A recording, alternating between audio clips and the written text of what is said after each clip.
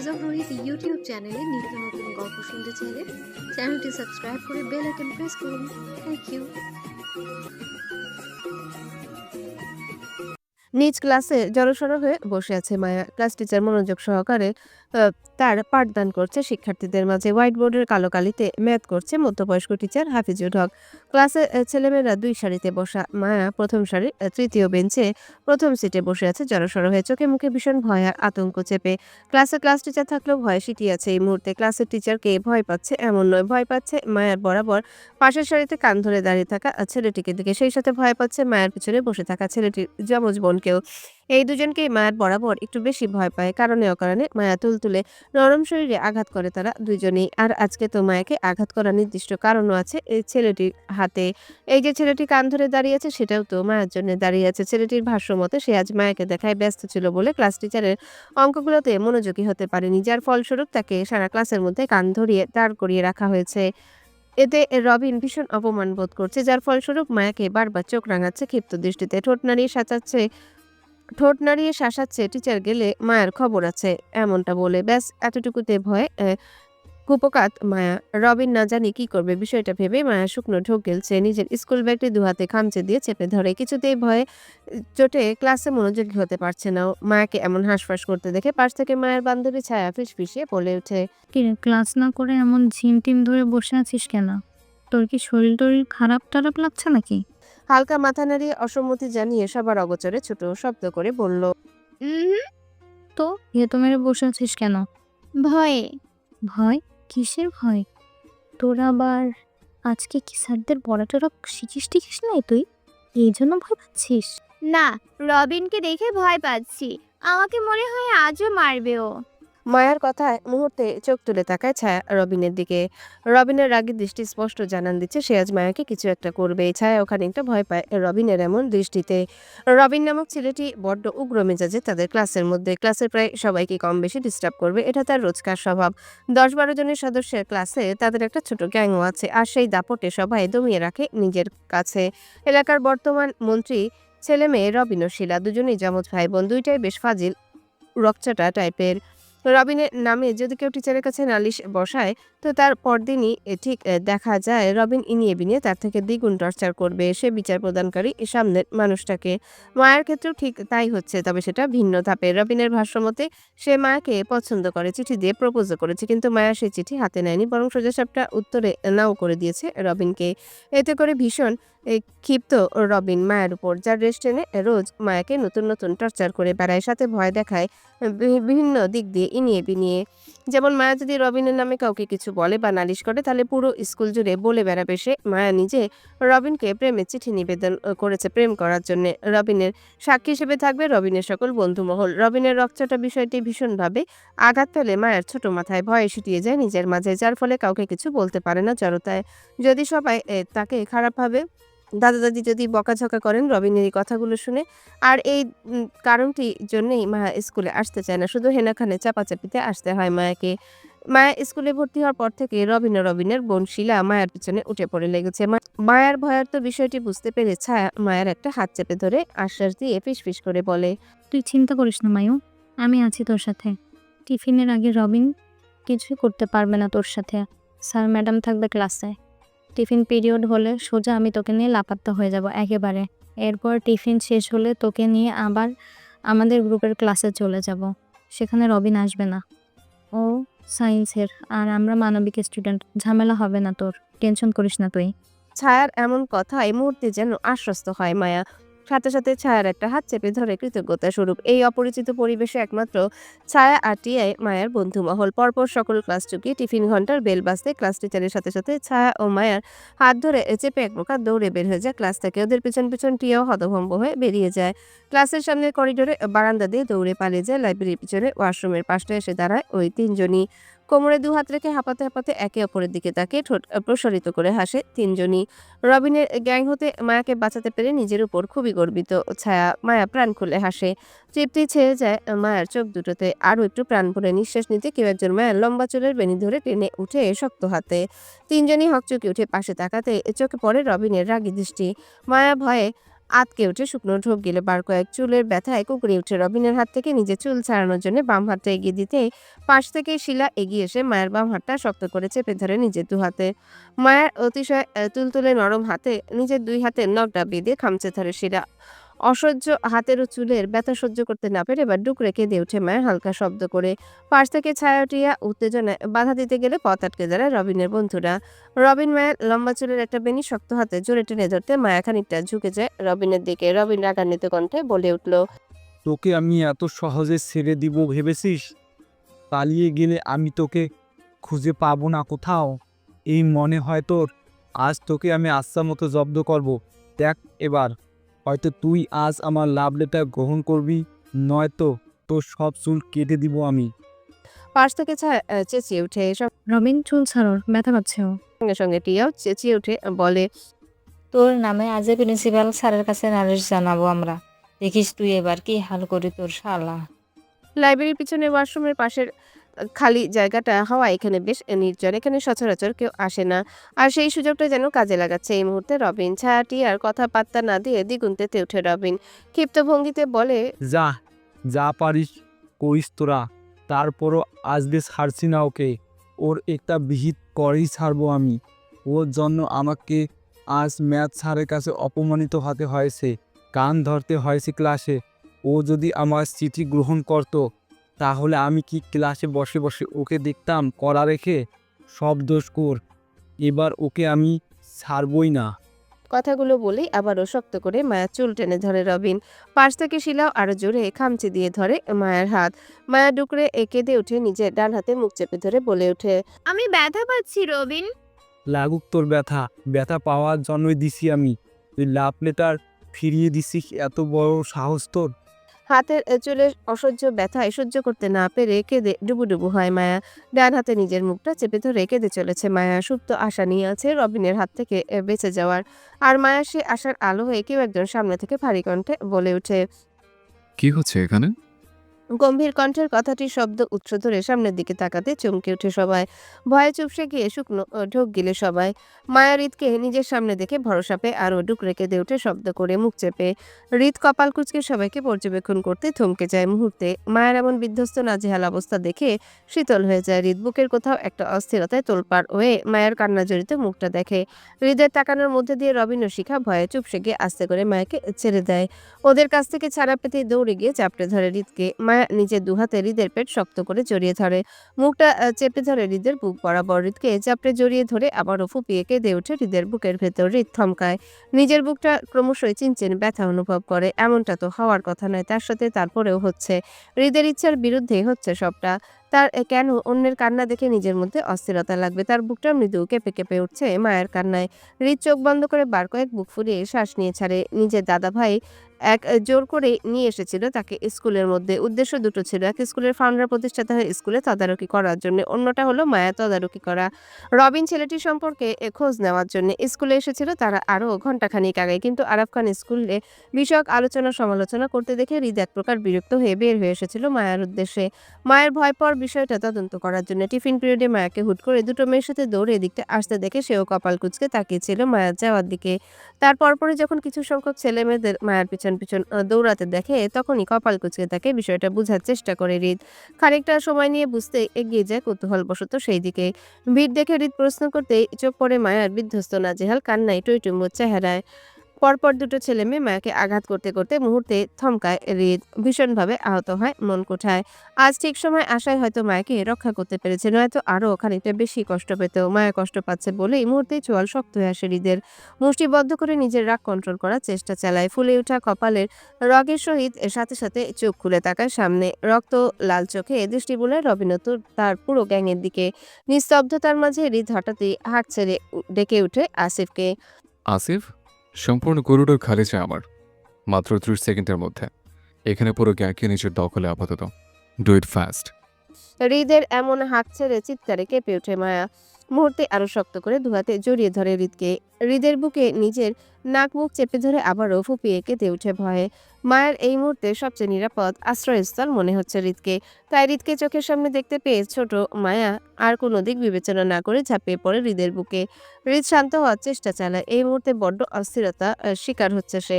অশান্ত হয়ে উঠছে তার মন গহীনে। মায়ের কান্নারত বিধ্বস্ত চেহারা হৃদকে হুট করে এইভাবে জড়িয়ে ধরাটা বড্ড অস্থিরতার শিকার হচ্ছে হৃদ। হৃদের কথা অনুযায়ী আসির দ্রুত বডিগার্ডদের নিয়ে রবিন ও তার পুরো বাচ্চা দলবল সহ বাকি যারা করিডোর আশেপাশে ছিল সবাইকে নিয়ে মুহূর্তে প্রস্থান করে হৃদের সামনে থেকে। হৃদ শান্ত হয়। মায়ের অবস্থান বুঝতে মায়াকে হৃদের পেটের বাঁধনতে মুক্ত করতে চায়। হৃদে নিজের হালকা হাতে মায়াকে নিজের কাছ থেকে ছাড়ানোর চেষ্টা করতে ভয়ে মায়ার সাথে সাথে কাঁধ ঝাঁকিয়ে হৃদের হাতটা ছেড়ে দিলেও আরো শক্ত করে জাপড়ে ধরে হৃদের পেট বরাবর। হৃদ থামে।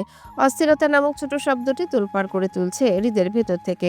মায়ের উষ্ণ নিঃশ্বাস ওঠানামা করছে হৃদের বুকের মধ্যে।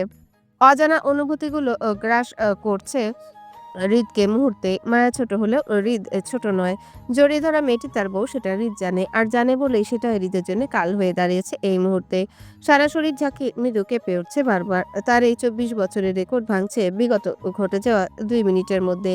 তাও তার অস্বীকৃতি প্রাপ্ত বউ নামক মানুষটি দ্বারা। হৃদ উপরের দিকে মুখ করে বুক ফুলিয়ে শ্বাস নিয়ে শান্ত হয়। শান্ত ভঙ্গিতে মায়ের দিকে তাকায়। মায়াকে আর নিজের থেকে ছাড়ানোর চেষ্টা না করে বরং হাত বাড়িয়ে মায়ের আঘাতপ্রাপ্ত বাম হাতটি পেট থেকে ছাড়িয়ে নিতে চায় দেখার জন্য।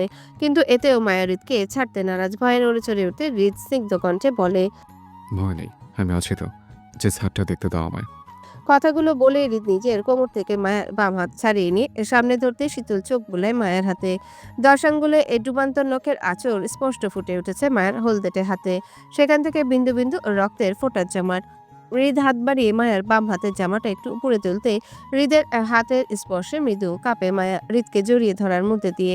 হৃদ মায়ের কম্পন বুঝতে পারে। হৃদ থামে খানিকটা সময়। অস্থিরতা তাকেও জেঁকে বসেছে। তারপরেও নিজেকে শান্ত করে মায়ের বাম হাতের জামাটা উপরে তুলে দেখতে থাকে সম্পূর্ণ হাতটি। ছোট অবুজ মায়ের অল্প ব্যথায় যেন হৃদের প্রশস্ত বুকে আঘাত করছে বারবার। হৃদ হাত বাড়িয়ে সেই ব্যথাগুলো আলতো হাতে স্পর্শ করে দিতে আবারও কেঁপে ওঠে মায়া। হৃদের শার্টের পেছনে খামচে দিয়ে চেপে ধরতে আবারও থামে হৃদ। মাকে আর না ছুঁয়ে মায়ের বাম হাতটা নিজের ডান হাতে মুঠোয় নেয়। সাথে সাথে চমকে ওঠে হৃদ। কম্পিত হয় এবার হৃদের শরীর। এতটা নরম তুলতুলে শরীরের অধিকারী হবে মায়া তা জানা ছিল না হৃদের। দীর্ঘ 10 বছর পর নিজে থেকে আজ প্রথম হৃদ মায়াকে ছুঁয়েছে। অনুভূতিরা সব দলা পাকিয়ে আসছে নিজের মাঝে। এবার অস্থিরতায় বেশ হচ্ছে, সেই সাথে বিরক্তিও। সামান্য একটা মেয়ের জন্য তার বারবার কেঁপে ওঠা অযৌক্তিক মনে হচ্ছে। ফালতু থেকেও ফালতু মনে হচ্ছে তার এই অনুভূতিটা।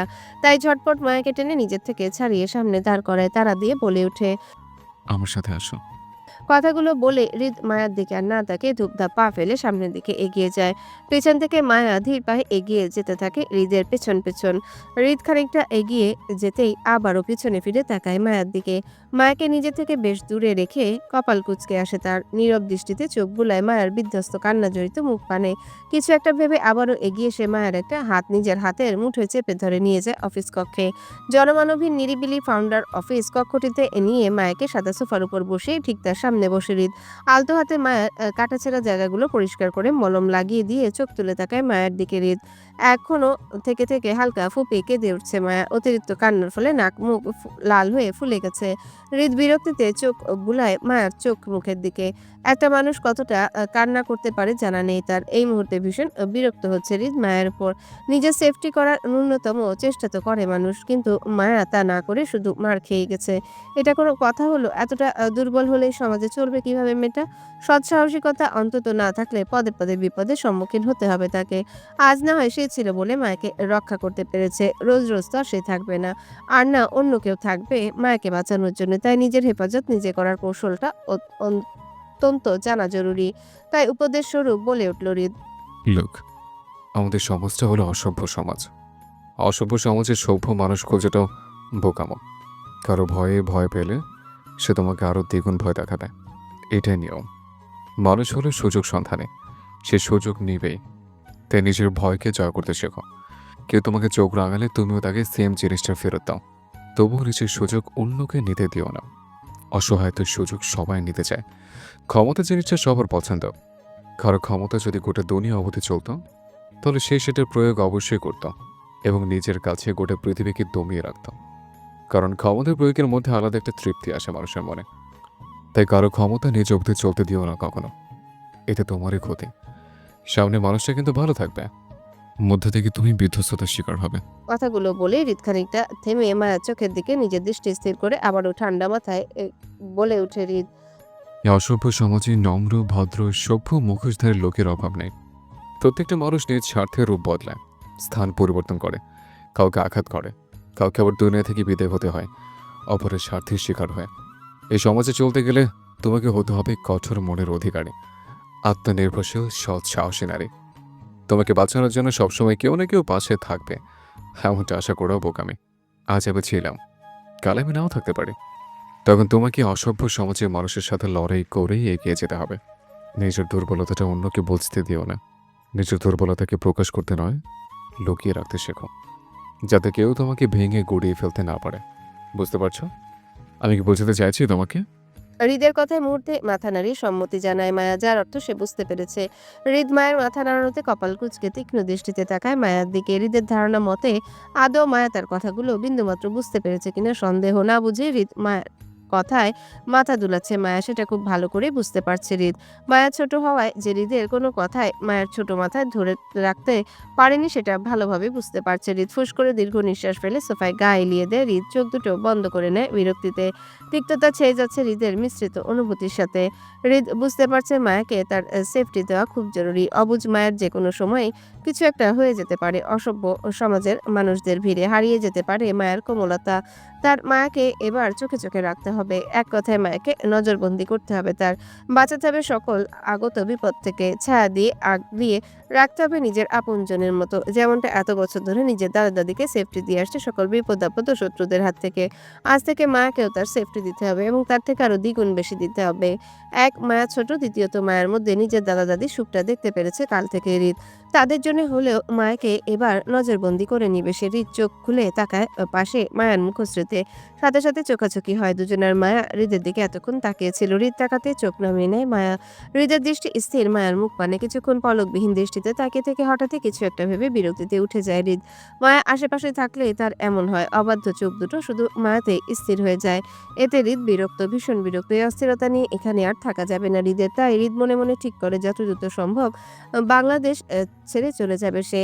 এখানে তার আর কোনো কাজ নেই। এই 2 দিন কোনো রকম পার করতে পারলেই বাঁচে। এখানে সবাই ভালো আছে, নিজের দাদা দাদিও ভালো আছে মায়াকে পেয়ে। তাহলে হৃদের আর আসার দরকার নেই বাংলাদেশে। এবার দেশ ছাড়লে সে আর আসবে না বাংলাদেশে। দূর থেকে সবার সেফটির ব্যবস্থা করে দিবে সে। যোগাযোগ রাখবে দাদা দাদির সাথে, তবুও বাংলাদেশে আসবে না আর সে। বছরে একবার একদিনের জন্য আসবে না সে। আর যে যার মতো ভালো থাকুক, সেও তার মতো থাকবে, ভালো থাকবে। কথাগুলো ভেবে আবারও চোখ ঘুরিয়ে তাকায় মায়ার দিকে। মায়াকে এক পলক দেখে নিয়ে ধূপধাপ পা ফেলে চলে যায় বাহিরের দিকে। সন্ধ্যা 7 ছুঁই ছুঁই মাত্রই মায়া খান বাড়ির বাগান থেকে ফিরেছে। সন্ধ্যা রাতের বাগানে করা লাইটিং ঘুরে বেড়াতে চমৎকার লাগে মায়ার, তাই অভ্যাসবশত আজও তাই করেছে। দুহাতে মায়ার মাঝারি সাইজের লাল বিড়াল ছানার পুতুলটি বুকের মাঝে চেপে ধরে হেলে দুলে ড্রয়িং রুমে প্রবেশ করতে হেনা খানের প্রশ্নের সম্মুখীন হতে হয় মায়াকে। এই, তুই টই টই করে বেড়াচ্ছিস কেন? পড়তে না বসে? তোর কি পড়ার সময় এখনো হয়নি? খানিকটা মন খারাপ করে গাল ফুলালো মায়া। মিহি সুরে বলল, হয়েছে তো দাদি। তাহলে পড়তে না বসে এদিক সেদিক দৌড়ে বেড়াচ্ছিস কেন শুনি?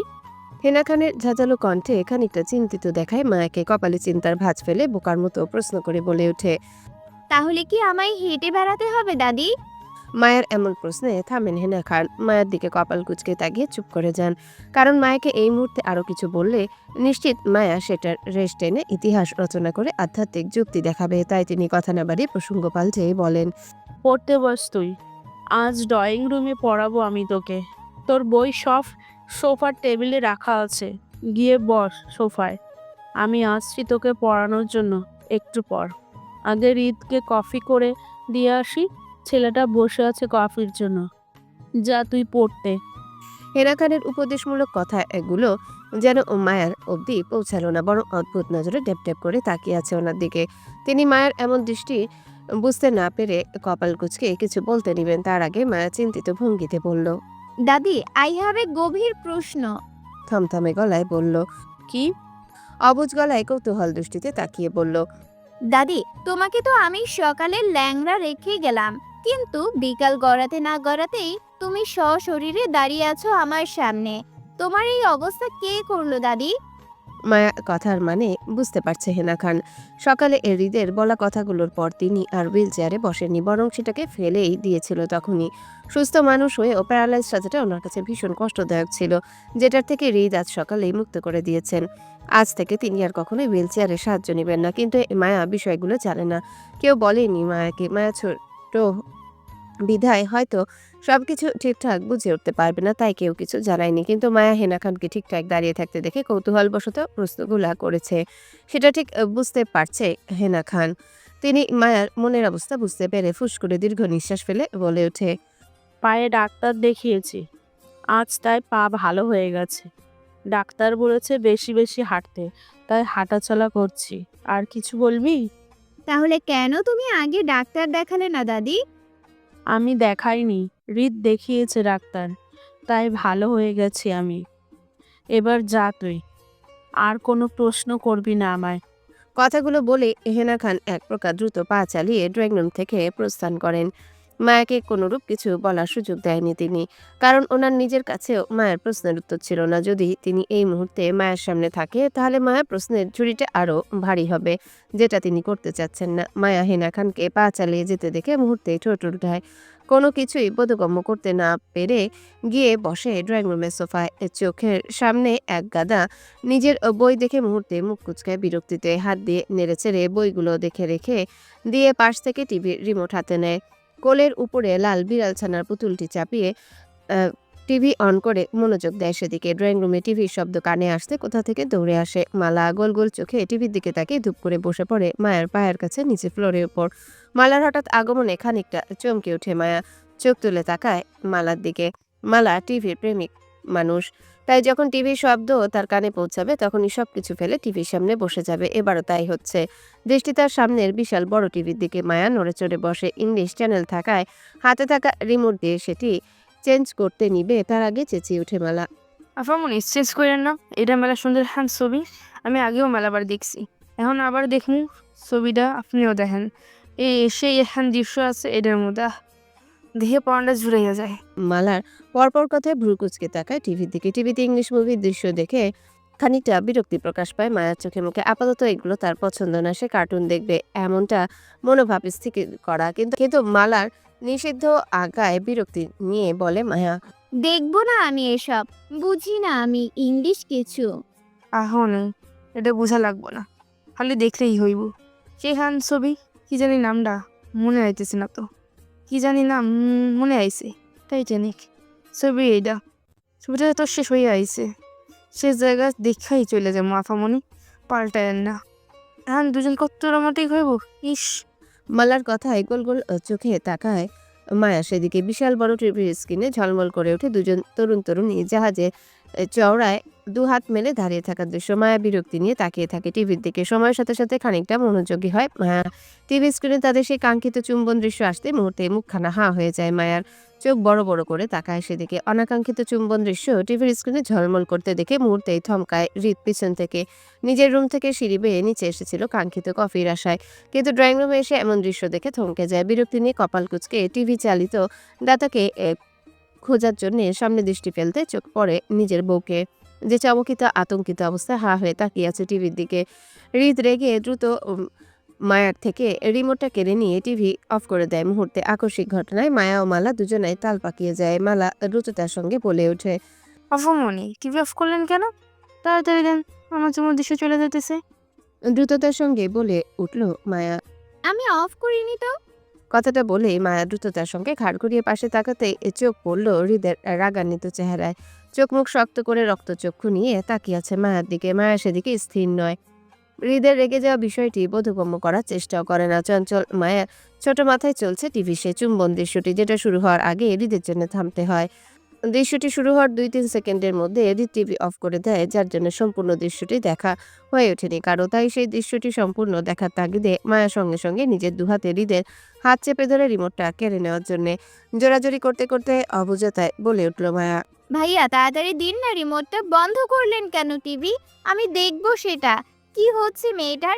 ছেলেটা মেয়েটাকে কামড়িয়ে দিচ্ছে তো, মেয়েটা নিশ্চিত এতক্ষণে কান্নাকাটি শুরু করে দিয়েছে। আমি দেখবো তো, আমাকে দেখতে দেন না ভাইয়া। ফমানি গো, এটা কামড়ের গামি ছিল না, এটা গভীর চুমো ছিল। এতে কেউ কান্দে না, মাইয়াও কান্দবো না, ভালোবাসা মানুষ পাইব, ভীষণ ভালোবাসা। কথাগুলো বলে মুহূর্তে জিভ কাটলো মালা। সঙ্গে নিজের দুহাত দিয়ে মুখ চেপে ধরে চোখ উল্টিয়ে তাকায় হৃদের রক্তচক্ষুর দিকে, যা মালার দিকে তাক করা ছিল। মালা শুকনো একটা ঢোক গিলে মায়ের দিকে তাকায়। মায়ের বোকা কথার উত্তর দিতে গিয়ে গড়গড় করে কি থেকে কি বলে ফেলেছে হৃদের সামনে। হৃদ এবার নিশ্চিত তাকে মাথার উপর তুলে আছাড় মারতে মারতে নাড়ি ভুড়ি সব বের করে ফেলবে, আর সেই নাড়ি ভুড়ি সহ তাকে বেঁধে বুড়িগঙ্গায় ফেলে আসবে। এবার কথাগুলো ভেবেই আবারও কেঁপে ওঠে মালা, ভয়ে শুকনো ঢোক গিলে বার কয়েক। মায়া তখনও জোরাজুরি করেছিল হৃদ থেকে রিমোট নেওয়ার জন্য, কিন্তু মালার কথাগুলো কানে আসতেই মুহূর্তে থেমে গিয়ে অবাক হয়ে বলে ওঠে। এইভাবে কেউ চুমু খায় বুঝি? মালা মুখ চেপে ধরা অবস্থায় মাথা নাড়ায়, যার অর্থ হ্যাঁ খায়। মালাকে মাথা নাড়াতে দেখে বলে ওঠে। তাহলে আমি খাবো একটা, আয় তোকে খাবো। মালা দুহাতে মুখ চেপে ধরে ছিটকে 2 কদম পিছনে গিয়ে বলে ওঠে। ছি ছি, ফমনে কি করে এটাগুলা? এসব মাইয়া মানুষ খাওয়া যায়? মাইয়া মানুষের খাওয়া যায় না, পোলা পান মানুষ লাগে, নয়তো ভালোবাসার মানুষ লাগে। আমি বললাম নিরীহ মাইয়া মানুষ, এখন যদি আপনার হাতে চুমু ভাজি নষ্ট হলে স্বামী রেখে দিব আমি। গভীর চিন্তিত গলায় বলল। আমার কি তাহলে এখন একটা বিয়ে করতে হবে চুমু খাওয়ার জন্য মালা? মায়ার বোকা কথার তালে মালার বেসামাল উত্তর দিয়ে যাচ্ছে একের পর এক। হৃদ নিজেকে আর কন্ট্রোল করতে না পেরে নিজের হাতের রিমোটটা সজোরে আছাড় মারে ফ্লোরে। সাথে সাথে শত খণ্ডিত হয় রিমোটটি। ফ্লোরে চারিপাশে দূর দূরান্তে ছড়িয়ে ছিটিয়ে এলো পাতারি। হৃদের এমন কাণ্ডে মুহূর্তে উল্টো দৌড় লাগায় মালা। ভয়ে কণ্ঠে চিৎকার করে হেনা খানকে উদ্দেশ্য করে বলে। ম্যাডাম গো, বাঁচাও। মায়া ভয়ে চমকে ওঠে। হৃদের হঠাৎ রেগে যাওয়ায় মুহূর্তে ভয়ে আড়ষ্ট হয়ে আসে মায়া। হৃদের কোনরূপ রাগের সাথে মায়া পূর্ব পরিচিত নয়। প্রচন্ড ভয় নিয়ে চোখ তুলে তাকায় হৃদের দিকে। হৃদ চোখ মুখ শক্ত করে রক্তচক্ষুতে তাকিয়ে আছে মায়ার দিকে।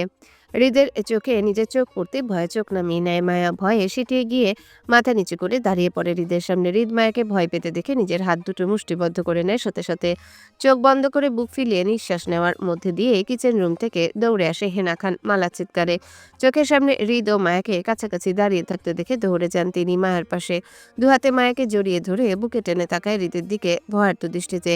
হৃদের রাগান্বিত ফেস দেখে বুঝতে পারে হৃদ কোনো কিছু নিয়ে ভীষণ রেগে আছে, আর সেটা অনায়াসে মায়াকে নিয়ে হবে। সেটা বুঝার বিন্দুমাত্র বেগতিক হয়নি ওনার। তাই ভয়ে আড়ষ্ট হয়ে আরো খানিকটা শক্ত করে জড়িয়ে নেয় মায়াকে। তিনি হৃদের রাগ সম্পর্কে অবগত, কিন্তু ছোট মায়া নয়। হৃদ সম্পর্কে কোনো ধারণা নেই মায়ার। তাই এই মুহূর্তে মায়াকে হৃদের রাগ থেকে দূরে রাখার প্রচেষ্টায় তিনি ভয়ে সিক্ত ভেজা কণ্ঠে বলে উঠল হেনা খান। কি হয়েছে হৃদ? মায়া কি বেয়াদবি করেছে তোর সাথে?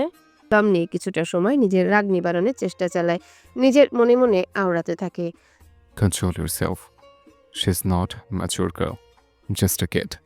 চোখ খুলে তাকায় হৃদ। শান্ত চোখে নিজের দাদির বুকে মায়াকে লেপটিয়ে থাকতে দেখে অতিশয় শান্ত বাণীতে বলে ওঠে। আজ থেকে খানবাড়িতে সব রকম সোশ্যাল মিডিয়া বন্ধ দাদি। টিভি, ফোন, ইন্টারনেট জাতীয় সবকিছু বন্ধ। শুধু দাদাভাইয়ের হাতে একটা ফোন থাকবে, অন্য কারো হাতে নয়। বাড়িতে শুধু ল্যান্ডলাইন থাকবে, ফোন করার জন্য অন্য কিছু না। এমনকি তোমার হাতে ফোন থাকবে না। তোমার কারোর সাথে ভিডিও কলে যোগাযোগের প্রয়োজন হলে বাইরে বডিগার্ড থেকে ফোন চেয়ে নেবে অল্প কিছু সময়ের জন্য। আমি এক্স ফোন তাদের হাতে দিয়ে রাখবো আমার সাথে যোগাযোগ করার জন্য। তারপরও আজকের পর থেকে খানবাড়ির সার্ভেন্টস হোক, শেফ হোক, দারোয়ান হোক, কাজের লোক হোক, ঘরে বা বাইরের প্রত্যেকটা মানুষ কেউ খানবাড়ির ভিতরে ফোন ইউজ করতে পারবে না, একমাত্র বডিগার্ডটা ছাড়া। বাকিরা সবাই খানবাড়ির গেট পেরিয়ে যথারীতি ফোন ইউজ করতে পারবে। তুমি সহ কেউ কোনোরূপ সোশ্যাল মিডিয়ার সাথে জড়িত থাকতে পারবে না। আমি সব রকম যোগাযোগ বিচ্ছিন্ন করে যাবো দেশ থেকে। আমার কথার অবাধ্য লোক কখনোই খানবাড়ির ত্রিসীমানাও থাকবে না। হৃদের শান্ত কণ্ঠে হুমকি বার্তাগুলো শুনে কেঁপে ওঠে হেনা খান। হৃদের শান্ত কণ্ঠে হুমকি বার্তাগুলো শুনে কেঁপে ওঠে হেনা খান। হৃদ এর কথা শান্ত ভঙ্গিতে বললেও প্রতিটা কথাই ছিল এক একটা হুমকির বার্তা। হেনা চমকায়। হৃদের হঠাৎ এমন কথার মানে তিনি বুঝতে পারছেন না। হঠাৎ করে এত কঠোর সব নিয়ম কার জন্য বাঁধতে চাইছে হৃদ, সেটা বোধগম্য হলো না ওনার। তিনি খানিকটা উত্তেজনায় বলে উঠল। কিন্তু কেন হৃদ? নিজের দাদির কথার উত্তর না দিয়ে নিষ্কুঞ্জ চোখে আরও একবার মায়াকে দেখে নেয়। খান বাড়ি থেকে সোজা বের হতে হতে হেনা খান উদ্দেশ্য করে বলল। আমি বলেছি তাই। 4:08 ছুটির ঘন্টা বেল বাজতে ক্লাসরুম থেকে পাঠদানকারী টিচার বের হয়ে আসে নিজ গন্তব্যের জন্যে। ডান পাশে করিডোর ধরে পা চালায় অফিস রুমের দিকে। ক্লাস কক্ষ থেকে টিচার বের হতে দল বেঁধে বের হতে থাকে ছাত্রছাত্রীরা। সকল ক্লাস চুকিয়ে সবার সাথে মায়াও ক্লাসরুম থেকে স্কুল ব্যাগটি কাঁধে চাপিয়ে নিজের সহপাঠীদের সাথে গুটি গুটি পায়ে বের হয়ে আসে ক্লাসরুমের বাহিরে। টিয়া ছায়া থেকে বিদায় নিয়ে কৌতূহল ভরা দৃষ্টি ফেলে চারিপাশে, হালকা কপাল কুঁচকে চারিপাশে তাকিয়ে কাউকে খুঁজে পাওয়ার প্রচেষ্টা চালায় মুহূর্তে। কাঙ্ক্ষিত মানুষটিকে খুঁজে না পেয়ে খানিকটা বিরক্তিতে 2 কদম এগোতেই ঝড়ো হাওয়া বেগে দৌড়ে হাজির হয় সেই মানুষটি। মায়া চোখ তুলে তাকায় সেদিকে। মুহূর্তেই চোখে পড়ে মালা হাঁপিয়ে ওঠা ফেসটি। দৌড়ানোর ফলে নিঃশ্বাস ওঠানামা করছে দ্রুত। মায়া কড়া দৃষ্টিতে তাকায় সেদিকে। এই মুহূর্তে মালার ঝড়ো হাওয়ার দৌড়ের মানেটা বুঝতে পারছে না মায়া, তাই সন্দেহ বসে কাঁধ বাঁকিয়ে পিছন ফিরে তাকায় মালার। কিন্তু মালার পিছনে কাউকে দেখতে না পেরে সেই দৃষ্টি আবারও স্থির হয় মালার উপর। মায়ার হাবভাব বুঝতে পেরে বোকা হেসে হাঁপিয়ে বলে উঠল, আফামনি, আমার তো মনে হয়েছিল আমি আপনার এত বড় স্কুলে হারাই হেলাইছি। আমারে ভয়ে এত পড়ানটা মরবার নিছিল। অল্পের জন্য বাচ্চা লইছি আপনারে দেখা। যদি আপনি হারাইয়া লইতাম তো বড় ম্যাডাম আমারে দুনিয়ার থেকে আউট করে নিত। আল্লাহ মোরে জোর বাঁচাইছে জায়গা। মালার কথায় বিরক্তি প্রকাশ পায় মায়ের চোখে মুখে। এই নিয়ে খানিকটা বার হয়েছে মালাকে। মায়া নিজের ক্লাসের রুমে রাস্তাটা মুখস্থ করিয়েছে। প্রত্যেকবারই একই অবস্থা, বারবার ভুলে গিয়ে মায়ের সামনে করুণ বিলাপ জুড়ে বসে। আজকে মালার জন্য ঠিকঠাক ক্লাস অবধি করতে পারেনি মায়া। বারবার মালার জন্য বের হতে হয়। কালকে রুবিন বিষয়টি সূত্র ধরেই মালাকে মায়ার বডিগার্ড হিসেবে নিয়োযুক্ত করেছে হেনা খান। এবার থেকে মায়ের সাথে মালাও সবসময় স্কুলে আসবে। যতক্ষণ মায়া স্কুলে থাকবে ততক্ষণ মালাকেও থাকতে হবে বাধ্যতামূলকভাবে, যার সূত্র হয়েছে আজ সকাল থেকে।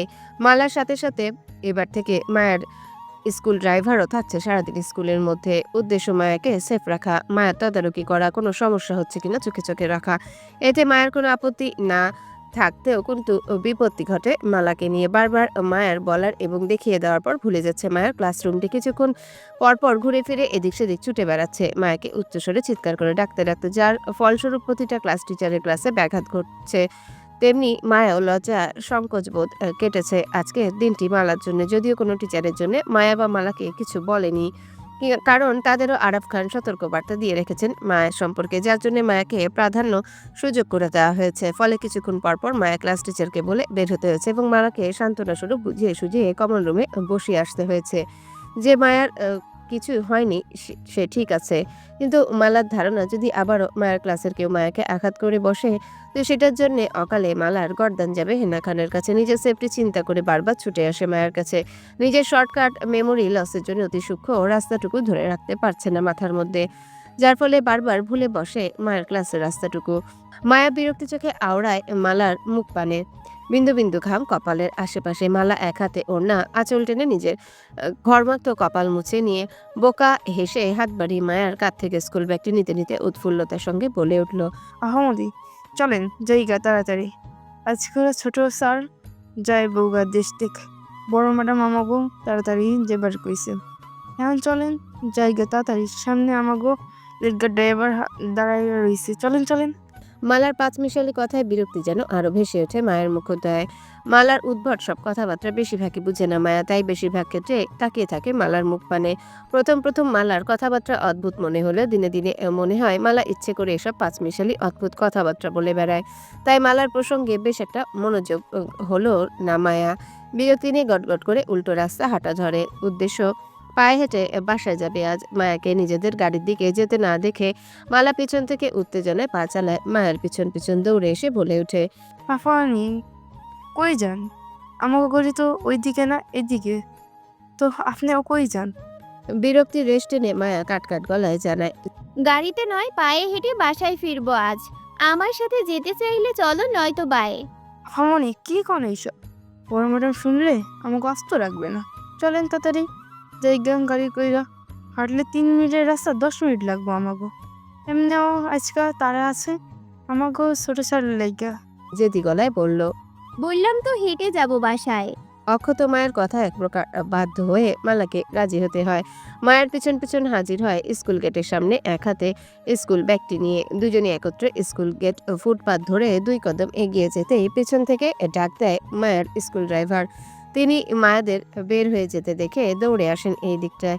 ড্রাইভারকে দেখে মালা মায়াকে রেখে এগিয়ে যায়। সেদিকটায় উদ্দেশ্য ড্রাইভারকে জানানো তারা আজ পায়ে হেঁটে বাসায় ফিরবে। মায়া রাস্তার একপাশে একা দাঁড়িয়ে ঘাড় বাঁকিয়ে তাকিয়ে থাকে। নিচ থেকে খানিকটা দূরে মালা ও ড্রাইভারের শোরগোলের দিকে কিছু নিয়ে বুঝ পরামর্শ চলছে নিজের মাঝে। খানিকটা সময় নিয়ে দাঁড়িয়ে থাকার মধ্য দিয়ে হঠাৎই কেউ দৌড়ে এসে হাজির হয় মায়ার সামনে। পায়ের শব্দে মুহূর্তে চমকে উঠে তাকায় সামনে। মায়ার চোখ সামনে নিজের সিনিয়র ভাইকে দাঁড়িয়ে থাকতে দেখে বিষণ্ণ ভরা দৃষ্টি ফেলে সেদিকে। সুন্দরতম ছেলেটি তার ফকফকা ঝকঝকা দাঁতে চমৎকার একটা হাসি উপহার দেয় মায়াকে। মায়া ফ্যালফ্যাল দৃষ্টিতে তাকিয়ে থাকে ছেলেটির দিকে। ছেলেটি কেন এসেছে বিষয়টি বোধগম্য নয়, তবে ছেলেটিকে চিনতে পেরেছে মায়া। নিজের স্কুলের 10ম শ্রেণীর সিনিয়র ভাই হন। বেশ কয়েকদিন মায়ের আশেপাশে ও দেখেছে বন্ধুমহল নিয়ে ঘুরতে, তবে কোনোদিনও কথা বলা হয়নি। শুধু মায়াকে দেখে মিটমিট করে হাসতো আর তাকিয়ে থাকা ছাড়া কিছু করতো না। তবে আজ হুট করে ছেলেটির মায়ের সাথে দাঁড়িয়ে পড়াতে খানিকটা অস্বস্তি ফিল করে মায়া। জড়তা নিয়ে চারিপাশে চোখ বুলায় সে। স্কুল বাস প্রায় সবগুলোই ছেড়ে দিয়েছে, শুধু আর একটি বাস দাঁড়িয়ে আছে। সেটা ছেড়ে দিবে ভাব, কারোর জন্য আটকে আছে হয়তো। মায়া সেদিকটা এক পলক দেখেনি, আবারও চোখ আউড়িয়ে তাকায় ছেলেটার দিকে। ছেলেটা নিজেও হাঁসফাঁস করছিল মায়ের সামনে অস্থিরতা নিয়ে। হুট করে ছেলেটি মায়ের হাত টেনে ধরে আকস্মিকভাবে। মায়া চমকে উঠে ছেলেটার দিকে তাকায় বিস্ফোরণ দৃষ্টিতে। কি হচ্ছে সেটা বোঝার চেষ্টা করে। বাকরুদ্ধ দৃষ্টিতে তাকিয়ে থাকার মধ্যে দিয়ে হর্নের বিকট শব্দ তুলে একটা কালো গাড়ি যায় সাই সাই করে মায়ের সামনে দিয়ে। মায়া বাকরুদ্ধ দৃষ্টি তুলে সেদিকে তাকাতে মুহূর্তে শীতল হয়ে যায় চোখ জোড়া। শান্ত দৃষ্টিতে তাকিয়ে থাকে কালো গাড়িটা যাওয়ার দিকে। মায়া চেনা পরিচিত সেই কালো গাড়িটি গত 2 দিন ধরে দেখে আসছে খানবাড়িতে। এটা হৃদের গাড়ি। মায়া চিনতে বিন্দুমাত্র ভুল হয়নি। মায়া বাকরুদ্ধ ভাবে তাকিয়ে থাকে হৃদের গাড়িটা যাওয়ার দিকে। মেরে যায়। মায়ের একটা হাত তখনও সামনে ছেলেটার হাতের মাঝে ধরা ছিল। মায়ের বিস্ময়ে তাকিয়ে থাকার মধ্যে দিয়ে ছেলেটি আবারও হাত টেনে ধরে দৃষ্টি আকর্ষণ করে মায়া চমকে উঠে তাকাতেই দ্রুত তার সঙ্গে ছেলেটি দুটো কার্ড আর কিছু চকলেট গুজে দেয় মায়ের হাতে। ব্যস্ত নেয় লাজুক ভঙ্গিতে বলে উঠল, এগুলো তোমার জন্য, আর কাল আমার উত্তরটা চাই। অপেক্ষায় থাকবো তোমার। এখন আসি আমি, বাই। কথাগুলো ইতি টেনে ছেলেটি ছুটল নিজের গন্তব্যের উদ্দেশ্যে। হতবাক অবস্থায় মায়াকে রেখে উঠল দাঁড়িয়ে থাকা বাসটির মধ্যে। চোখের পলকে ছেলেটি বাসে চড়ে বসতে বাসটিও ছেড়ে দেয় আপন গতিতে, যেন এতক্ষণ ছেলেটির জন্য বাসটি অপেক্ষারত ছিল। মায়া হতবাক হয়ে যায়। কি থেকে কি হলো সম্পূর্ণ বিষয়টি মাথার উপর দিয়ে যায়। বিষণ্ণ ভরা দৃষ্টি এবার কৌতূহলী হয়ে ওঠে মুহূর্তে। হাতে থাকা চকলেট ও কার্ডের দিকে তাকাতে কপাল কুঁচকে আসে মায়ার। হাতে থাকা কার্ডগুলো উল্টে পাল্টিয়ে এপিটোপিক দেখে নিতে হাজির হয় মালা। নিজ কার্য শেষ করে মায়ের পাশ ঘেঁষে দাঁড়াতে আবারও উত্তেজিত দেখালো মালাকে অনেকটা। উত্তেজনা রেশ কাটিয়ে উঠতে না উঠতে ব্যস্ত ভঙ্গিতে বলে উঠল মালা, হারমোনি, আপনারা এইগুলো কে দিল? হাই হাই, আমি যে চরম হান জিনিস মিস কইরা গেছি। আপনি আমার লইয়া প্রেমসিটে লইয়া লইছেন, আমার লেগে একটু অপেক্ষা করতে পারলেন না? মালার মনোভাব এমন যে মায়া এই মুহূর্তে চরম ভুল করে ফেলেছে মালার অনুপস্থিতিতে হাতে থাকা কার্ডগুলো নিয়ে। মায়ের উচিত ছিল ঢাকঢোল পিটিয়ে মালাকে আহ্বান জানিয়ে সম্মতি নিয়ে তারপর ছেলেটার চিঠিদ্বয় হাতে তোলা, নয়তো না। মালার কথায় মায়া বিষণ্ণ ভরা দৃষ্টিতে তাকায় মালার দিকে। এক পলক মালাকে দেখে নিয়ে পর মুহূর্তে চোখ দুটো স্থির হয় নিজের হাতে থাকা জিনিসগুলোর মধ্যে। বিষণ্ণতা কাটিয়ে উঠতে না পেরে হাতে থাকা জিনিসগুলো দেখতে দেখতে অবুঝ গলায় বলে ওঠে, এইগুলো প্রেম চিঠি মালা। আমাকে কি তাহলে প্রেম নিবেদন করলো সিনিয়র ভাইয়া? উফ, তাই নয় তো কি, কেডা আপনারে প্রেম চিঠি দিল এইটা কন আগে। একটা সিনিয়র ভাই দিয়েছে একটু আগে, ফেরত দিতে পারেনি তো, তার আগেই উনি স্কুল বাসে করে চলে গেছেন। যেতে যেতে বলেছে আমায় কাল উত্তরটা দিতে ভাইয়াকে। এখন এইগুলো দিয়ে আমি কি করব মালা? চিঠি নেওয়ার দায়ে কি এখন আমাকে সিনিয়র ভাইয়ের সাথে প্রেম করতে হবে মালা? আল্লাহ, মেলা কিছু হইনা গেল। চিন্তা করে লাগবে না ফামনি, এখন এইগুলো আপনার কাছে রাখেন, কাল আবার স্কুলে আসে ফেরত দেওয়া যাইব হাতেরে। আর আপনার কারো লাগে ফ্রেম করা লাগবে না, এখন তাড়াতাড়ি লন বাসায় যাইগা। বড় ম্যাডাম নয়তো আমাকে আস্ত রাখবে না। এমবেও মেলা দেরি হয়ে আছে আমাকে। চলেন চলেন। মালা তারায়। অক্ষত মায়া মালার কথায় সম্মতি জানিয়ে হাতে থাকা কার্ড ও চকলেটগুলো নিয়ে ছুটে খানবাড়ির উদ্দেশ্যে। বিকাল বিলাস করতে করতে হাঁটা ধরে গন্তব্যের উদ্দেশ্যে। খানবাড়ির পার্কিং লটের সামনে পিঠ থেকে নিজের কালো গাড়িতে আয়েসি ভঙ্গিতে গা এলিয়ে দাঁড়িয়ে আছে হৃদ। 2 পাটি দাঁতে মধ্যস্থে সূক্ষ্ম ও সুচালো চকচক করা ধারালো একটা চাকু ঠোঁট দিয়ে চেপে ধরা। সুঠাম বলিষ্ঠ সাদা দেহের সম্পূর্ণ কালো পোশাক জড়িয়েছে। অফিসে ফর্মাল ড্রেসে আছে, কালো প্যান্টের সাথে কালো শার্ট ইন করা। কনুই অবধি ভাঁজ করা সেই শার্টের হাতে দুটো বুকের বাঁ পাশে দুটো বোতাম খুলে দিয়ে শার্টটি চড়িয়ে দেয় গলার দুই পাশে। দু হাতে কনস্ট্রাকশনের ম্যাপ ধরে রাখে, সাথে সাথে দৃষ্টিও সেদিকে স্থির করা। ডান হাতে ব্যান্ডেজ। 1.5 হাত দূরে দাঁড়িয়ে আছে আসিফ, হৃদের গায়ের কালো কোটটি ভাঁজ করে হাতে নিয়ে। দৃষ্টি তার আপাতত হৃদের উপর স্থির করা মনোযোগ সহকারে। তার ঠিক খানিকটা দূরে দাঁড়িয়ে আছে হৃদের বহু দলের বডিগার্ডরা। মেলি গুনগুন শব্দ কানে আসতে কনস্ট্রাকশনের ম্যাপ হতে চোখ তুলে তাকায় সামনে। সদ্য খানবাড়ির বিশাল গেট ধরে মালা ও মায়া পায়ে হেঁটে প্রবেশ করছে। দুজনে প্রাণবন্ত হেসে কথা বলছে একে অপরের সাথে। হৃদ সেদিকে তাকিয়ে খানিকটা কপাল কুঁচকে আসে মায়াকে দেখে। হৃদের দৃষ্টি অনুসরণ করে আসিফ তাকায়, সেদিকে এক পলক তাকিয়ে থেকে পুনরায় দৃষ্টি স্থির করে হৃদের দিকে। হৃদ দৃষ্টি সরিয়ে পুনরায় কনস্ট্রাকশনের ম্যাপে রাখে আগের ন্যায়। অ্যাটিটিউড, দাম্ভিকতা যেন হৃদের রন্ধ্রে রন্ধ্রে প্রকাশ পাচ্ছে তীব্রভাবে। মায়া হেঁটে আসা গতি পথ দিয়ে হঠাৎই বেখেয়ালি চোখ যায় হৃদের দিকে। সাথে সাথে দৃষ্টিতে আবদ্ধ হয় হৃদের অ্যাটিটিউড ভরা দাম্ভিকপূর্ণ মুখ। নিজের বাক্য ভুলে গিয়ে এক দৃষ্টিতে তাকিয়ে থাকে হৃদের দিকে। মায়া ছোট মস্তিষ্ক জানান দেয় এই মুহূর্তের ইচ্ছার আশেপাশে কেউ নেই, কেউ না। হৃদের মাত্রাতিরিক্ত রূপে প্রথম দিন থেকেই আহত ছিল মায়ার ছোট মন ও মস্তিষ্ক। আজ যেন সেটা 16 আনায় পূর্ণ হয় হৃদের এই গেট আপ দেখে। পাশ থেকে মালা মায়ের কোনো সারা শব্দ না পেয়ে মায়ের দৃষ্টি অনুসরণ করে সামনে তাকাতেই চোখ পড়ল হৃদের অ্যাটিটিউডে গম্ভীর চমক। সাথে সাথে ভয়ে চমকে ওঠে মালা। সাথে সাথেই ভয়ে চমকে উঠে মায়ার মনোযোগ ভস্ম করার চেষ্টা করে বলল, আফামনি চোখ সরান। ছোট স্যার দেখে, ছোট স্যার এর পছন্দ নাই কেউ স্যারের দেখুক। আপনার দেখা ওইলে স্যারের বডিগার্ড গুলোর দিকে দেখালন, কেউ কিচ্ছু কইব না, মুইও কমু না কিছু। তাও ছোট স্যারের দেখে যাইব না। দেখেন না স্যারের মুখে ছুরি লইয়ে রাখছে। ছোট স্যার মেলা ডেঞ্জার এহান মানুষ। বাংলা ছবির ডিপজল লেহান, ডিপজল দেখতে মেলা কালা আর ছোট স্যার দেখতে মেলা সুন্দর। মালার কথাগুলো ভালো চোখে নিল না মায়া। এই মুহূর্তে চরম বিরক্ত সে মালার ওপর। মায়ার ধারণা মালা হৃদের নামক বানিয়ে মিথ্যা রটাচ্ছে ওর কাছে। কারণ মায়ার জানা মধ্যে হৃদকে কখনোই খারাপ কিছু করতে পারে না। সুন্দর মানুষগুলো কখনো খারাপ হয় না, বরং অনেক ভালো হয়। তাদের সুন্দরের মতো হৃদও ঠিক তাই। হৃদ কখনো খারাপ কিছু করতে পারে না, আর না করতে জানে। কই মায়া তো কখনো শুনেনি হৃদ খারাপ লোক, আর না দেখেছে হৃদকে খারাপ কিছু করতে। তাহলে কেন সে অন্যের কথায় তার সুন্দর মানুষটাকে ভুল বুঝবে, খারাপ বলে জানবে? রাগান্বিত চোখে জেদি গলায় বলে উঠল মায়া, আমি ওনাকে দেখাবো, আমার ওনাকেই দেখাতে ইচ্ছা করছে। হৃদ ভাইয়া ভালো, খুব ভালো, তুমি খারাপ, ভীষণ খারাপ, যাও তো তুমি। আস্তাগফিরুল্লাহ। আফামনি ভালা কথা কইলেও দোষ। আল্লাহ পালার জামানা কি শেষ হইয়া গেছে গা নাহি ইয়ার থেকে আমি কি ভুলভাল জায়গা আইয়া পড়ছি? মোর মতো ভালো মানুষ কি দুনিয়ার জায়গা পাইব না? না, মালার পরপর কথা এবার বড্ড বিরক্ত প্রকাশ পায় মায়ার চোখে মুখে। আপাতত সে হৃদকে নিয়ে কোনো প্রকার বাজে কথা শুনতে ইচ্ছুক না। তাই মায়ার এত রাগ ও বিরক্তিতা মালাকে ঘিরে। কথা না বাড়িয়ে মালার হতাশাতায় মুখ পান থেকে দৃষ্টি সরিয়ে পুনরায় তাকায় হৃদের দিকে। এবার মালার কথা অনুযায়ী হৃদের ঠোঁট চেপে ধরে রাখা সুচালো চকচকে চাকুটির দিকে তাকায়। মুহূর্তে আটকে উঠে মায়া ভয়ে হিম ধরে যায় সারা শরীর জুড়ে। মায়া কখনো হৃদের এই রূপ দেখেনি গত 2 দিন।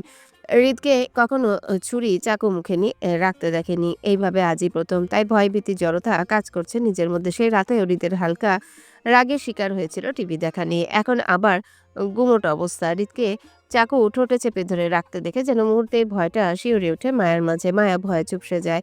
বাধ্য অপরাধী নয় হৃদের দিকে নিজের ভয়ার্ত দৃষ্টি ফেলে মালার সাথে এগিয়ে যাচ্ছে বাড়ির ভেতরের দিকে চুপচাপ। মায়া হৃদের বরাবরই হতেই আবারও চোখ তুলে তাকায় হৃদ হাতে থাকা ম্যাপ হতে। সাথে সাথে দুজনা চোখাচোখি হয়। কপাল কুঁচকে মাকে পর্যবেক্ষণ করে আবারও চোখ আউড়িয়ে তাকায় মায়ের ডান হাতে চেপে ধরে রাখা কার্ড ও চকলেটগুলোর দিকে। কুচকানো কপালটা এবার আর তীক্ষ্ণ হলো। সূক্ষ্ম দৃষ্টিতে সেদিকে তাকিয়ে থেকে হঠাৎই হাতে থাকা কনস্ট্রাকশনের ম্যাপ তুলে দেয় আসিফের দিকে। হাত বাড়িয়ে আসিফ সেটি নিতে হৃদ মায়ের দিকে তাকিয়ে থেকে হাতের ইশারায় বুঝায় এখান থেকে চলে যেতে। হৃদের হঠাৎ এমন মুড সুইং এর কারণ বুঝতে না পেরে হৃদের ইশারা অনুযায়ী আসিফ সহ বাকি বডিগার্ডগুলো চলে যেতে উদ্যত হতে এক পলক সূক্ষ্ম দৃষ্টি স্থাপন করে মালাও মায়ের দিকে। আসিফ 2 ঠোঁটের ভাঁজ থেকে ধারালো ছুরিটি ব্যান্ডেজ করা ডান হাত দিয়ে গাম্ভীর্য মুখে হাতে ইশারায় মাকে উদ্দেশ্য করে ডেকে নিয়ে বলে উঠল হৃদ। You come here. থেমে যায় মায়া, সেই সাথে থামে মালার পথচারণও।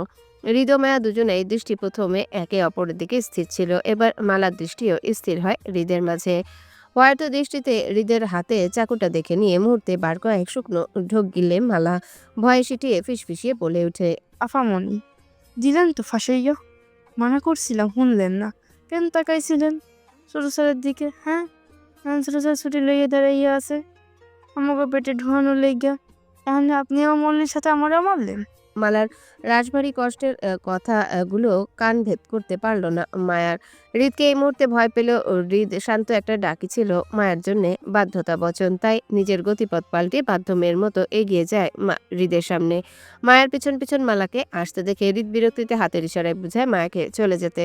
হৃদের ইশারা অনুযায়ী মুহূর্তে মালা দৌড়ে পালায় প্রাণ বাঁচানোর তাগিদে মায়াকে রেখে, যেন এতক্ষণ মালা হৃদের ছোট একটা ইশারার জন্য অপেক্ষা করে বসেছিল। মায়া ঘাড় বাঁকিয়ে মালার দৌড়ে চলে যাওয়ার দিকে এক পলক তাকায় ভয়ার্ত দৃষ্টিতে। পর মুহূর্তে নিজের দৃষ্টি সরিয়ে আবারও তাকায় হৃদের বিরক্তি মাখা মুখশ্রীতে। সাথে সাথে আবারও চোখাচোখি হয় দুজনের।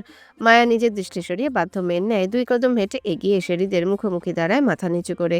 হৃদ বিরক্তিতে কপাল কুঁচকিয়ে চোখ আউড়িয়ে মায়াকে উপর থেকে নিচ অব্দি পর্যবেক্ষণ করে। হাতে চেপে ধরে রাখা গিফটগুলো দেখে নিয়ে শান্ত ভেজা গলায় বলে উঠল হৃদ, হাতে কি? ইতস্তত গলায় নিচু স্বরে। পেয়েছি এটা। নিজের একটা ভ্রু উঁচু করে বলে উঠল হৃদ। পেয়েছেন নাকি দিয়েছে কেউ? দিয়েছে। স্বামী থেকে শর্তও নিয়েছেন? এই মুহূর্তে হৃদের স্বামীর কথা মানে বুঝে উঠতে পারছে না মায়া। বিয়ে ছাড়া স্বামী হয় না, এই বিষয়টি মায়ার বোধগম্য, কিন্তু মায়ার কখনো বিয়ে হয়েছে কিনা সেই বিষয়ে বোধগম্য নয়। হৃদের সাথে বাচ্চাকালের পুতুল বিয়ে, সে বাচ্চাকালেই ভুলে বসে আছে, জানা নেই বিষয়টি। আর না পরিবারের কেউ মায়াকে এই বিষয়ে জানানোর প্রয়োজন বোধ করেছে। খানবাড়িতে আসার প্রথম রাতে যাও হেনা খান মায়াকে জড়িয়ে ধরে একবার হৃদের বউ বলে সম্বোধন করেছিল, কিন্তু হৃদ ফিরে আসার সাথে সাথে মায়াকে আবারও জানানো হয় সে কারো বউ নয়, হৃদেরও না। হেনা খান সেদিন এমনটা করেছিল হৃদ থেকে মায়ের আসল পরিচয়টা গোপন রাখার জন্য, যাতে হৃদ মায়ের সম্পর্কে সত্যিটা অবগত হতে না পারে। কিন্তু ততক্ষণে হৃদের মায়ের সত্যিটা সম্পর্কে অবগত হয়ে গিয়েছিল। হেনা খানের বলা উক্তিতে ভিত্তি করে মায়া নিজের অবুঝতায় বিপদ ডেকে এনে সহজ সরল স্বীকারোক্তি এতে হৃদকে বলে উঠল। আমার স্বামী নেই তো, দাদি বলেছে আমি সিঙ্গেল। কপাল কুঁচকে বলে ওঠে। তাই? সিঙ্গেল আপনি? সিঙ্গেল হলে আপনাকে সবার থেকে সবকিছু নিতে হবে? মাথা নাড়িয়ে সম্মতি জানিয়ে আস্তে করে বলে। ছেলেটাকে? সিনিয়র ভাইয়া একটা। শক্ত গলায় নিজের করা প্রশ্নে মায়া সহজ সরল স্বীকারোক্তিতে বিরক্তিটা যেন আরো বাড়ে। হৃদের রাগে চোয়াল শক্ত হয়ে আসে। মেয়ে আসলে কি এতটাই সরল, নাকি হৃদের সামনে নিজেকে সহজ সরল তুলে ধরে সেটা বুঝতে পারছে না হৃদ। গাঢ় সন্দেহ দৃষ্টি মায়ের দিকে ফেলে শক্ত গলায় বলে উঠল। হাতে থেকে জিনিসগুলো দাও আমাকে। হৃদের কথা অনুযায়ী বাধ্য মেয়ের মতো হাতে থাকা চকলেট কার্ডগুলো তুলে দেয় হৃদের হাতে। হৃদের হাতে থাকা ছুরিটির এক কারি উপর রেখে হাত বাড়িয়ে মায়ের হাত থেকে সেগুলো নেয়। চকলেটগুলো এক পলক দেখে নিয়ে দৃষ্টি স্থির করে লাল গোল্ডেন সংমিশ্রণে বড় দুটো কার্ডের দিকে তাকায়। হাতের ভাঁজে রেখে কার্ডগুলো উল্টিয়ে চোখ বুলায় কার্ডের ভিতরে লেখা প্রেমপত্রের দিকে। সূক্ষ্ম দৃষ্টিতে সেকেন্ড দশেকেই প্রেমপত্রের চোখ স্থির করে মুহূর্তে হাত ছেড়ে আসিফকে ডেকে বলে উঠল হৃদ। আসিফ, সাবান, পানি, টাওয়াল, স্যাফলন, স্যানিটাইজার সবকিছু 2 মিনিটের মধ্যে চাই আমার। Do it fast. হৃদের হাত ছেড়ে গলার শব্দে মুহূর্তে কেঁপে উঠে মায়া ভয়ে জড়সড় হয়ে দাঁড়িয়ে চোখ তুলে তাকায় হৃদের দিকে। এই মুহূর্তে রাগান্বিত দৃষ্টি মানে বুঝতে না পেরে আবারও মাথা নিচু করে দাঁড়িয়ে পড়ে হৃদের সামনে। অপরাধীর ন্যায় ধীর গলায় বলল। আমি দাদি যাব ভাইয়া। উত্তর করলো না হৃদ। মায়া হৃদের উত্তর না পেয়ে চুপচাপ দাঁড়িয়ে থাকে হৃদের সামনে ভয়ে সিটিয়ে। হৃদের কথা অনুযায়ী মিনিট 2-1 মধ্যে সবকিছু নিয়ে হাজির হয় আসিফ। সার্ভেন্ট দিয়ে একে একে সবকিছু আনিয়ে রাখে হৃদের সামনে। হৃদের দৃষ্টি অনল মায়ের দিকে, চোখ মুখ শক্ত করে তাকিয়ে আছে। হাত বাড়িয়ে আসিফের দিকে চকলেট কার্ডগুলো দিতে দিতে ভরাট গলায় বলে উঠল। আসিফ, চিঠিগুলো রাখতো। রাজ্যকে চিঠিগুলো বসে পড়ে দেখতে হবে আমায়। চিঠিতে কোনো প্রকার ভুল আছে কিনা সেটা যাচাইও তো বিশেষ প্রয়োজন আছে, তাই না? ভুলভাল চিঠিতে তো আর প্রেম নিবেদন হয় না।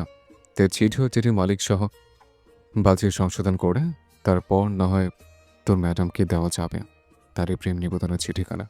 ততক্ষণ না হয় আমার কাছেই থাকুক। হৃদের কথার মানে বুঝতে পেরে এই মুহূর্তে আসিফ বলে উঠল। জি ভাই, হয়ে যাবে। কথাগুলো বলেই আসিফ প্রস্থান করে সেখান থেকে দ্রুত তার নেয়। হৃদ দক্ষ হাতে সাথে সাথে মায়ের ডান হাতটা টেনে সাবান স্যাভলন মিশ্রিত ঠান্ডা পানিতে চুবিয়ে চেপে ধরে শক্ত করে। হৃদের আকস্মিক ঘটনায় মায়া ভরকে গিয়ে তাল সামলাতে না পেরে সাথে সাথে বসে পড়ে নিচে। নিজের বাম হাতে হৃদের এক হাত খামচি দিয়ে ধরে ব্যথায় কুকুরে উঠে বলল। ভাইয়া আমি ব্যথা পাচ্ছি তো, ছাড়ুন আমাকে। কথাগুলো কানে ঢুকলো না হৃদের। হৃদ নির্মমের ন্যায় শক্ত হাতে জুড়ে ঘষা মাজা করে মায়ের হাতটা পরিষ্কার করতে থাকে। দল বেঁধে জীবাণু সব মায়ের হাতে লাগানো, যেটা হৃদ এই মুহূর্তে ঘষে ঘষে তোলার চেষ্টা করছে। মায়ের নরম তুলতুলে হাতটা হৃদের শক্ত হাতের বন্ধনে পড়ে লাল টকটকে আবরণে ধারণ করে। একটা সময় মায়া ব্যথায় কাতর হয়ে ভয় ঠোঁট ফুলিয়ে কেঁদে উঠে হৃদের সামনে। মায়ের কান্নায় বিরক্ত চোখে এক পলক দেখে নিয়ে নিজের কাজে মনোযোগী হয় হৃদ। একটা সময় নিজের কাজ শেষ করে পুনরায় মায়াকে টেনে আবারও দাঁড় করায়। সার্ভেন্টের হাত থেকে টাওয়েল নিয়ে মায়ের হাতটা ভালোভাবে মুছে দিয়ে সেখানে জোরপূর্বক জোরে স্যানিটাইজার ঘষে দেয়। মায়া ব্যথায় জর্জরিত হয়ে বাম হাতে নিজের মুখ চেপে ধরে অনবরত কান্না করেই চলেছে। হৃদের হঠাৎ রেগে যাওয়াটা মায়ের কাছে সম্পূর্ণ নতুন, সাথে নিষ্ঠুরতম আচরণটাও। হৃদকে ঘিরে এবার মায়ের ছোট মনে ক্ষুদ্র ক্ষুদ্র ভয়ের পাহাড় জমা হচ্ছে। হৃদকে খারাপ লোকের দলে ফেলতে চাচ্ছে, ভীষণ রকমের খারাপ লোক মনে হচ্ছে মায়ের। হৃদ চোখ ঘুরিয়ে সার্ভেন্টকে ইশারা করে চলে যেতে বলে। হৃদের ইশারা অনুযায়ী সার্ভেন্ট চলে যেতে হৃদ শক্ত গলায় কাটকাট করে জানায়, লোক, আমার ব্যবহৃত টিস্যুতে কারো স্পর্শ পছন্দ নয় আমার। সেখানে তোমার হাতে অন্য কারো স্পর্শ থাকবে, সেটা মেনে নেওয়ার ছেলেও আমি নয়। আজ বলছে বোঝানোর খাতিরে, কাল কিন্তু বলবো না। কাল হিতে বিপরীত কিছু ঘটবে। নিজের জিনিসগুলোর প্রতি বরাবরই সচেতন আমি। তুমি আমার জীবনে অনাকাঙ্ক্ষিত অপছন্দের মানুষ হলেও এই মুহূর্তে প্রত্যক্ষ বা পরোক্ষভাবে আমার সাথে জড়িয়ে আছো। যতদিন না পর্যন্ত আমি তোমাকে মুক্তি দিচ্ছি, ততদিন পর্যন্ত অন্য কারো ছোঁয়া তোমার শরীরে পছন্দের নয় আমার। অন্যের ব্যবহৃত জিনিস হৃদ খান ব্যবহার করে না, বরং হৃদ খানের ছুঁড়ে ফেলে জিনিস মানুষ কুড়িয়ে নেয়। তোমার ক্ষেত্রেও তাই। তোমাকে ছুঁড়ে ফেলার পর তুমি যা খুশি করতে পারো, আই ডোন্ট কেয়ার। তোমার 18 বছর হলে ডিভোর্স পেপার পেয়ে যাবে। ততদিন তোমাকে সেফ রাখার দায়িত্ব আমার। আমার বউয়ের শরীরে অন্য ছেলেদের স্পর্শ থাকবে, এটা চরম এগোতে লাগবে আমার। হৃদ খানের এগোতে লাগা তার নীতির বাহিরে। ডিভোর্সের পর এক ছেলের সাথে নাকি শত ছেলের স্পর্শ নিজের শরীরে মাখবে, সেটা তোমার ব্যক্তিগত ইচ্ছা, তাতে আমার বিন্দুমাত্র ইন্টারেস্ট নেই। কিন্তু আমার নামে জড়িত থাকা অবস্থায় অন্য কোনো কিছু মেনে নেব না আমি। ক্ষুদ্র ক্ষুদ্র ভয় থেকে এক আকাশ সমান ভয় জমা হচ্ছে মায়ের ছোট্ট মনে হৃদের জন্য। অবুঝ অচেতন মনটা আজ বেশি উঠছে হৃদের আপত্তিকর আচরণে। বিষণ্ণতায় ঘিরা মায়ের মন কোটাতে মায়ের চেনা চেনা হৃদ ভালো ভাইয়া থেকে খারাপ ভাইয়াতে রূপান্তরিত হচ্ছে একটু একটু করে। মায়ের বেগতিক গত 2 দিনে চেনা জানা হৃদ ভাইয়া আজ মায়া ভয় আর আতঙ্কের কারণ হয়ে উঠেছে। ছোট্ট মস্তিষ্কে জানান দিচ্ছে হৃদ ভাইয়া ভীষণ খারাপ। হৃদের শান্তশিষ্ট আচরণগুলো যেমন মায়ের মন ছুঁয়ে পড়েছিল, তেমনি হৃদের হঠাৎ হঠাৎ রেগে যাওয়াটাও ছিল মায়ের বিধ্বস্ততার কারণ। হৃদের প্রতি থাকা মায়ের মনের সুপ্ত অনুভূতিগুলো ধীরে ধীরে সরে সেখানটায় কালো ঘন মেঘের মতো ছেয়ে যাচ্ছে রাশভারী ভয়রা। মায়ের ভীষণ ভালো হৃদ ভাইয়া আজ ভীষণ খারাপ ভাইয়া রূপ নিল। মায়া তথাস্তু, সেই সাথে আতঙ্কিত হঠাৎ হৃদের সামনে পড়ে যাওয়া ভয়ে ভয়ে সিটিয়ে জড়সড় হয়ে দাঁড়িয়ে আছে হেনা খানের শাড়ির আঁচল ধরে। ধাতস্থ ভয় ভয় নজর চারিপাশে বুলাচ্ছে ক্ষণকালে। গায়ে এখনো সকালের স্কুল ড্রেসটি জড়ানো, চেঞ্জ করা হয়ে ওঠেনি। বাড়ি ভরা মানুষ, চেনা পরিচিত মানুষজন। ড্রয়িং রুমে তাদের আনাগোনা শব্দের গোল শোল সেখান থেকে ভেসে আসছে কিচেন রুম পর্যন্ত। হেনা খান দক্ষ হাতে রান্নাবান্নার কাজটা সারছেন। আজকে তিনি নিজের হাতে রান্না করছেন নিজের পরিবারের জন্য। আজকে হৃদের চলে যাওয়াকে ঘিরে খান পরিবারে বাকি কিছু সদস্যরা এসেছে খান বাড়িতে। হেনা খানের বড় মেয়ে সাহেবা, স্বামী ও মেজ ছেলে সোহাগকে নিয়ে চলে এসেছে। ইতিমধ্যে আসাটা ঘণ্টাখানেক পেরিয়েছে। যথারীতি আরাফ খান সাথে ড্রয়িং রুমে বসে আড্ডায় ব্যস্ত। সাহেবা আরও 2 কন্যা থাকতেও তারা আপাতত দেশের বাহিরে আছে পড়ার সুবাদে। স্বামী ছেলেকে নিয়ে আপাতত তারা বসবাস বাংলাদেশে। তবে বছরে বার কয়েকবার লন্ডনে 2 মেয়ের কাছে গিয়ে ঘুরে আসেন সপরিবারে। বিশাল বড় কিচেনের একপাশে সার্ভেন্টরা ও শেফ সারিবদ্ধভাবে দাঁড়ানো, চুলে ধোয়া উড়িয়ে ব্যস্ত হাত চালাচ্ছেন হেনা খান রান্নাতে। এত ব্যস্ততার মধ্যেও বার কয়েক মায়াকে চোখ বুলিয়ে নিয়েছে। বেশ কয়েকবার ড্রেস চেঞ্জ করার তাগিদ দিয়েছে, কিন্তু মায়া অনড়। কিছুতেই হেনা খানের শাড়ির আঁচল ছাড়ছে না। আর না কোথাও যেতে চাইছে, বরং ঘাপটি মেরে দাঁড়িয়ে আছে। মায়া কথায় একটা হেনা খান সাথে গেলে ড্রেস চেঞ্জ করবে, নয়তো সে এভাবেই থাকবে। রোজকার মতো আজও হেনা খান মায়ার সব কাজ করতো বা মায়ার সাথে যেত রুম অব্দি, কিন্তু ব্যস্ততা রান্নাটা শেষ করে পেরে উঠছেন না। তিনি ব্যস্ত হাত চালিয়ে মায়ের দিকে আবারও তাকান। মায়াকে ভয়ে হাঁসফাঁস করতে দেখে তীক্ষ্ণ গলায় বলে উঠল, তোর কি হয়েছে সোনামা? এমন করছিস কেন? তুই কি কোনো কিছু নিয়ে ভয় পাচ্ছিস? তোর নাক মুখ ফুলে ফেপে আছে কেন? কান্না করেছিস? হৃদের রাগে ঘটনাগুলোর পুনরায় মাথায় দোল খায়। মায়ের স্মৃতিচারণ করে আটকে ওঠে। ভয় আবারও দলা পাকিয়ে আসে কান্নাটা গলায়। টলমল করে ওঠে আখি যুগল ডাগর আখি চোরায় ভয়ের ভাবটা স্পষ্ট। ভয়ে আটখানা হয়ে গোলগাল দৃষ্টিতে তাকায় হেনা খানের দিকে। ঠোঁট ফুলিয়ে কান্না ভরাট কণ্ঠে বলে উঠল, হৃদ ভাইয়া আমাকে দলা পাকিয়ে থাকা ভরাট কান্নাগুলো অর্ধেক কথাই কেঁদে ওঠে। কান্নার শব্দটি হেনা খানের কর্ণকুহর হতে ব্যস্ত হাতে চালিত বন্ধ করে চাপড়ে ধরে মায়েরকে। এতক্ষণ ব্যস্ততায় মায়েকে ঠিকঠাক লক্ষ্য করতে না পারলেও মায়ের কান্নায় উত্তেজিত হয়ে ওঠেন তিনি। বিগত 1 মাসে মায়েকে আজ পর্যন্ত কাঁদতে দেখেননি তিনি। হাসতে দেখেছে, ঝংকার তুলে বোকা বোকা প্রশ্ন করতে দেখেছে, অভিমান করতে দেখেছে, প্রাণবন্ত প্রাণচঞ্চল দৌড়াদৌড়ি করতে দেখেছে খানবাড়ির আনাচে কানাচেতে। তোতলাতে দেখেনি। আজ হঠাৎ মায়ের কান্নাটা ভেতর থেকে নাড়িয়ে তুলে হেনা খানকে। তিনি কি মায়েকে ঠিকঠাক দেখাশোনা করতে পারেননি? তার সোনামা কি ভীষণ কষ্ট পেয়েছে কোনো কারণে? তার ব্যস্ততাটা কি সোনামাকে ভীষণ কষ্ট দিল? মায়া ছোট, সেই সাথে অবুঝ। ফুলকারিতে জমে গিয়ে চাপা উত্তেজনায় ভরাট কণ্ঠে বলে উঠল হেনা খান। কি হয়েছে আমার সোনামা? সে কাঁদছে কেন? হৃদ ভা কান্নার বেগ বই কমল না। হিচকি উঠে মুহূর্তেই হেনা খান উত্তেজনায় প্রথমবার মায়ের কথাটা লক্ষ্য না করলে দ্বিতীয়বার মায়ের মুখে হৃদের নাম শুনে আতকে উঠে তখনই বুঝতে পারে মায়ের ভয়ের কারণ। হৃদ মায়ের মধ্যেকার কিছু ঘাটাঘাটি হয়েছে, তবে সেটা কি বোধগম্য নয়। হৃদ মায়াকে তাহলে কোনো কারণে আঘাত, বিষয়টা ভেবেই ভয়ে চমকে উঠে হেনা খান উত্তেজিত কণ্ঠে বলল, হৃদ কি সোনামা কিছু করেছে তোকে? ও বকেছে, আঘাত করেছে? দুহাতে মায়ার গাল আঁকড়ে ধরে হেনা খান কথাগুলো বলেই ব্যস্ত ভঙ্গিতে চোখ বিচরণ করায় মায়ের চোখে মুখে শরীরে কোথাও মায়া আঘাত পেয়েছে কিনা সেটা দেখতে চায়। মায়ের ঠোঁট কামড়িয়ে নিজের কান্না আটকানোর চেষ্টা করে। নিজের অবুঝতার বসে গমগমে বলে ওঠে, আমরা কি বর বউ দাদি? হৃদ ভাইয়া কি আমার বর হয় দাদি? হেনা খানের ব্যস্ত ভঙ্গি মুহূর্তে থামে। উত্তেজিত দৃষ্টি মুহূর্তেই কৌতূহলী হয়ে ওঠে। চোখে মুখে পড়ল বিষণ্ণতার ছাপ। মায়ের মুখে হৃদের বউ বিষয়টি ওনাকে থামতে বাধ্য করে। মায়া হৃদের বউ এই বিষয়টি মায়া জানলে হয়তো অবুঝতা চঞ্চলতায় মুখ ফসকে বলে ফেলবে হৃদকে। স্বামী বলে দাবিও বসাবে, তাই তিনি সম্পূর্ণ বিষয়টি গোপন রেখেছে সবার থেকে। শুধু ওনারা স্বামী স্ত্রী আর 2 কন্যা সাহেবা মেহেরবান ছাড়া বাকি কারো কান গোচরে পৌঁছায়নি বিষয়টি। সংসার স্বামীর এসব কিছু জন্যে মায়া ছোট, তাছাড়া হৃদও এখনো মানসিকভাবে প্রস্তুত নয় মায়ের সত্যটা শোনার জন্যে। এই যদি 1 কান 2 কান হয়ে হৃদের কানে যায় মায়া তার বউ, বিষয়টি তাহলে হৃদ নিশ্চিত রূপে তাণ্ডব করবে অনায়াসে, যেটা মায়ের জন্য ক্ষতিকর। তাই তিনি মায়াকে আগে বড় করতে চায়, হৃদের জন্য প্রস্তুত করতে চায়, তারপর সবটা জানাতে চায় হৃদকে, তার আগে নয়। কিন্তু এই মুহূর্তে মায়ের মুখে হৃদের কেমন বউ হওয়া প্রশ্নটা ভিতর থেকে নাড়িয়ে তুলে হেনা খানকে তুমুলভাবে। কারণ তিনি স্পষ্ট ভাষায় জানিয়েছিল মায়াকে সে কারো বউ নয়, হৃদেরও না। হেনা খানের নিষিদ্ধ করার পরও মায়ের মুখে পুনরায় হৃদের বউ হওয়া কথাটি শুনে চমকায়। নিষ্পন্দ কণ্ঠে বলে, বর বউ মানে? কে বলেছে এই কথা? কে বলেছে এগুলি তোকে? হৃদ ভাইয়া মায়ের সহজ সরল স্বীকারোক্তি আকাশ ভেঙে পড়ে হেনা খানের মাথায়। মায়া অবুঝতায় গড়গড় করে এ কথাগুলো বললেও হেনার খানের কাছে ছিল বিশাল বড় পাথর চাপার মতো। হৃদ মায়ের সত্যিটা সম্পর্কে অবগত, এই বিষয়টি ওনাকে অস্থির করে তুলছে। হৃদ কতদিন ধরে জানে এই সত্যিটা সম্পর্কে, আজ যদি জানেও তাহলে চুপ করে আছে কেন? হৃদ তো চুপ করে থাকার পাত্র নয়। এতক্ষণে খান বাড়িতে তাণ্ডব হওয়ার কথা। হৃদ কি সবকিছু সত্যি জানে নাকি মায়ের বুঝতে কোথাও ভুল হচ্ছে? হৃদ সত্যি জেনেও চুপ করে আছে কেন? কি চলছে হৃদের মাথায়? খুব খারাপ কিছু নয় তো? মায়াকে আরপারও চাপড়ে ধরে বুকে টেনে অস্থির গলায় পড়ল, সোনামা, হৃদ জানে তুই হৃদের বউ? সেটা হৃদ তোকে বলেছে বউ হোস তুই ওর? কবে বলেছে এইসব কথা তোকে? হ্যাঁ, আরো আগে কেন জানাসনি আমায় এইসব তুই? হেনা খানের পরপর কথা মুহূর্তে নিজের কান্না ভুলে যায় মায়া। হিচকি তোলা বন্ধ, চকচক করা দৃষ্টিতে বড় বড় চোখে তাকায় হেনা খানের দিকে।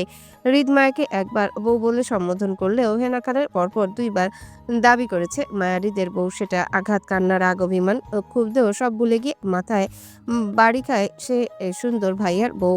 এবার সে সুন্দর ভাইয়াকে ঠোঁট কামড়ানো চুমু খেতে পারবে। মালা বলেছিল স্বামী লাগবে ঠোঁট কামড়ানো চুমু খেতে হবে, তাই তো মায়ের রাতে একটা বিয়ে করতে চেয়েছিল স্বামীকে ঠোঁট কামড়ানো চুমু খাওয়ার জন্য। এখন তো তার আর বিয়ে বর দুটোই আছে। এখন টুস করে যাবে, তারপর টুপ করে সুন্দর স্বামীকে ঠোঁট কামড়ানো চুমু খাবে। মায়ের ধারণা বিচরণে ইতি ঘটিয়ে খুশিতে লাফিয়ে উঠে দাঁড়ায় হেনা খানের বুক থেকে। অশ্রুসিক্ত ভেজা চোখে খুশিতে গতগত হয়ে নিজ বাক্যে বলল, দাদি আমি সুন্দর বরকে ঠোঁট কামড়ানো চুমু খেতে পারবো এখন? মায়ের কথায় থমথমে খেয়ে যায় তিনি। মালা পাশ থেকে কাচুমাচু করতে থাকে। রাতে মায়াকে বলা চুমু খাওয়া বিষয়টি বোধগম্য হচ্ছে। হৃদের সামনে কিভাবে একের পর এক কথাগুলো বলে গেল সেটা এখন বুঝতে পারছে মালা। হেনা খান মায়ের কথায় মুহূর্তে বুঝতে পারে মায়া শিওর ছিল না হৃদ মায়ের স্বামী এই বিষয়টা নিয়ে, কিন্তু ওনার কথায় হয়তো শিওর হয়েছে তাই এমন বলছে। মায়ের কথায় হেনা খানের ধারণা হয় হৃদের মায়ের সত্যিটা জানা নেই, হয়তো মায়ের নিজ থেকেই বলছে মায়ের বউয়ের কথাগুলো। কিন্তু তিনি মায়ের মুখে চুমু খাওয়া বিষয়টি ভালো চোখে নিলেন না। মা যথেষ্ট ছোট, এমন সব উদ্ভট চিন্তা ভাবনাটা নিজ থেকে আসার কথা নয়, হয়তো কেউ মাথায় ঢেলেছে তা এমন মুখে বলে বেড়াচ্ছে। তিনি প্রসঙ্গ পাল্টে থমথমে মুখে বলল, তোর কোনো বর নেই, কতবার বলবো সেটা আমি? বলেছি না হৃদ তোর স্বামী নয়? তাহলে তুই বউ হোস না কারো। আর কে শিখিয়েছে বাজে কথাগুলি তোকে? হ্যাঁ, ঠোঁট কামড়ানো চুমু কি আবার? সুন্দর ভাই আমার বর না? না, তাহলে কে আমার স্বামী দাদি? বললাম না তোর কোনো স্বামী নেই, তুই সিঙ্গেল। হেনা খানের রাগী কথায় ঠোঁট উল্টায় মায়া। নাকচ সুরে গাল ফুলিয়ে বলল, থাকবো না আমি সিঙ্গেল, আমাকে বিয়ে দিয়ে দাও, একটা বর এনে দাও। মায়ার বিষণ্ণ ভরা দৃষ্টিতে ফ্যাল করে তাকিয়ে আছে হেনা খান। হুটহাট মায়ের বিয়ের আবদার কারণ বুঝতে পারছেন না তিনি, তাই কপট রাগ দেখানোর চেষ্টা করে বলল, তোর বিয়ের বয়স হয়েছে যে আমি তোকে বিয়ে দিয়ে দেব এখন? হ্যাঁ, এইসব শিখিস স্কুল গিয়ে তুই? তুমি 13 বছরে বিয়ে করে স্বামী পেলে, আমি কেন 15 বছরে স্বামী পাবো না দাদি? তোমার থেকে আমি 2 বছর এগিয়ে আছি, তারপরেও তুমি জাতিভেদে বৈষম্য সহিংসতার ভেদাভেদ সৃষ্টি করছো দাদি। এতে ঘোর দুর্নীতি বহিঃপ্রকাশ ঘটছে। তুমি দুর্নীতিবাজ হয়ে গেছো দাদি, আমার সাথে ঘন্টায় ঘন্টায় দুর্নীতি করছো। তেতে উঠে বললেন, বেশ করেছি, দুর্নীতিবাজ হয়েছিস? কোথাকার কথা কোথায় টেনে টেনে নিয়ে যাচ্ছিস? তোর বয়স হয়েছে, তোকে আমি দিয়ে দিতাম। হ্যাঁ, আগে তোর 20 বছর পার হোক, তারপর চিন্তা ভাবনাটা করে দেখব যাবে কি করে করা যাবে। মন খারাপ হয়ে গাল ফুলিয়ে বলল, একটা বিয়ে, একটা চুমু খাওয়ার জন্য আমাকে আরো 5 বছর অপেক্ষা করতে হবে দাদি। খানিকটা রেগে চোখ পাকিয়ে বলল, এই, তোকে আজকাল এসব আজেবাজে কথা শেখায় কে? চুমু খাওয়ার জন্য বিয়ে করতে হয়, এসব কথা কে বললো তোকে? নির্বিকার এক বাক্যে বলে উঠল। মালাই তো বললো। বিকট শব্দ কানে আসতে সবাই আতঙ্কে উঠে সিঁড়ির উপরে তাকায়। হাসি হাসি সবার মুখখানা মুহূর্তে পড়ে যায় উত্তেজনার ছাপ। বিকট শব্দের সাথে সাথে কানে ভেসে আসে পুরুষালী কণ্ঠে উচ্চস্বরে চিৎকার। কেউ কাউকে বাঁচাতে চাইছে। উপস্থিত ড্রয়িং রুমে সবাই ভয়ে আতঙ্কে উঠে উপরের দিকে হিতাহিত জ্ঞান হারিয়ে প্রাণপণ দৌড় লাগায়। সেদিকে টানটান উত্তেজনায় আরাফ খানের পেছনে পেছনে বাকিরাও দৌড়ে যাচ্ছেন সিঁড়ি বেয়ে উপরের দিকে চিৎকারের উৎস ধরে। হেনা খান ব্যস্ত হতে আবারও রান্নার কাজ চালাচ্ছিলেন। হঠাৎ পুরুষালী কণ্ঠে চিৎকার কানে আসে। ধোঁয়া উড়িয়ে দেওয়া রান্নার খুন্তিটা মুহূর্তে থামে। এক প্রকার দৌড়ে চলে যায় দোতলার দিকে। পিছন পিছন বাকি সার্ভেন্টরাও দৌড়ায়। উদ্দেশ্য মূল গন্তব্যে পৌঁছানো। সবাই সিঁড়ি বেয়ে উপরে উঠতে থমকে দাঁড়ায়, থেমে যায় পা দুটো আপনা আপনি। সামনে ভয়াবহ বিধ্বস্ত ধ্বংসাত্মক অবস্থায় কম্পল সৃষ্টি হয় সবার ভিতরে। ভয়রা সব দলা পাকিয়ে আসে, গলা শুকিয়ে কাটকাট হয়ে যায় সবার। হেনা খান প্রাণপণ দৌড়ে আসে দোতলায়, হাঁপিয়ে উঠে সবার পিছন থেকে সামনে তাকাতেই নিস্তব্ধ হয়ে যান তিনি। পাথরের মূর্তির মতো দাঁড়িয়ে পড়ে জায়গাটায়। কয়েক সেকেন্ড দম নিয়ে চিৎকার করে উঠে শক্তি নিয়ে হিতাহিত জ্ঞান হারিয়ে দৌড়ে যায় মায়ার নিস্তেজ ফ্লোরে পড়ে থাকা দেহটার দিকে। ঝাপড়ে তুলে নেন মায়াকে নিজের কোলের উপর। চিৎকার করে কান্না করতে থাকেন বুক ফুলিয়ে। মায়ার ঠোঁট নাক কপাল দিয়ে অনবরত রক্ত ঝরছে। তার ঠিক সামনে দাঁড়িয়ে আছে হৃদ। দুহাত মুষ্টিবদ্ধ করে রাগিয়ে রিরি করছে। অগ্নিকুণ্ড ধারণ করে আছে এই মুহূর্তে। দুই চোখ থেকে যেন অগ্নির লালা ঝরছে ক্ষণে ক্ষণে। অসম্ভব লাল দুটো চোখ মায়ের ফ্লোরে পড়ে থাকা দেহটির দিকে তাক করা। আসসালামু আলাইকুম। হ্যালো বন্ধুরা, কেমন আছো তোমরা সবাই? আশা করছি তোমরা সবাই ভালো আছো এবং সুস্থ আছো। আমি নয়নিকা, ভয়েস অফ রোহিত চ্যানেলের পক্ষ থেকে গল্পগুলো কেমন লাগছে অবশ্যই কমেন্ট করে জানিয়ে দিবে তোমরা। এই যে বন্ধুরা, ভয়েস অফ রোহিত চ্যানেলটিতে যদি নতুন হয়ে থাকো তাহলে প্লিজ চ্যানেলটিকে সাবস্ক্রাইব করে বেল আইকন বাজিয়ে রাখো, যেন আমাদের পরবর্তী গল্পের নোটিফিকেশন সবার আগে তুমিই পাও। সবাই ভালো থাকবে, সুস্থ থাকবে। দেখা হচ্ছে পরবর্তী গল্পতে। ধন্যবাদ সবাইকে।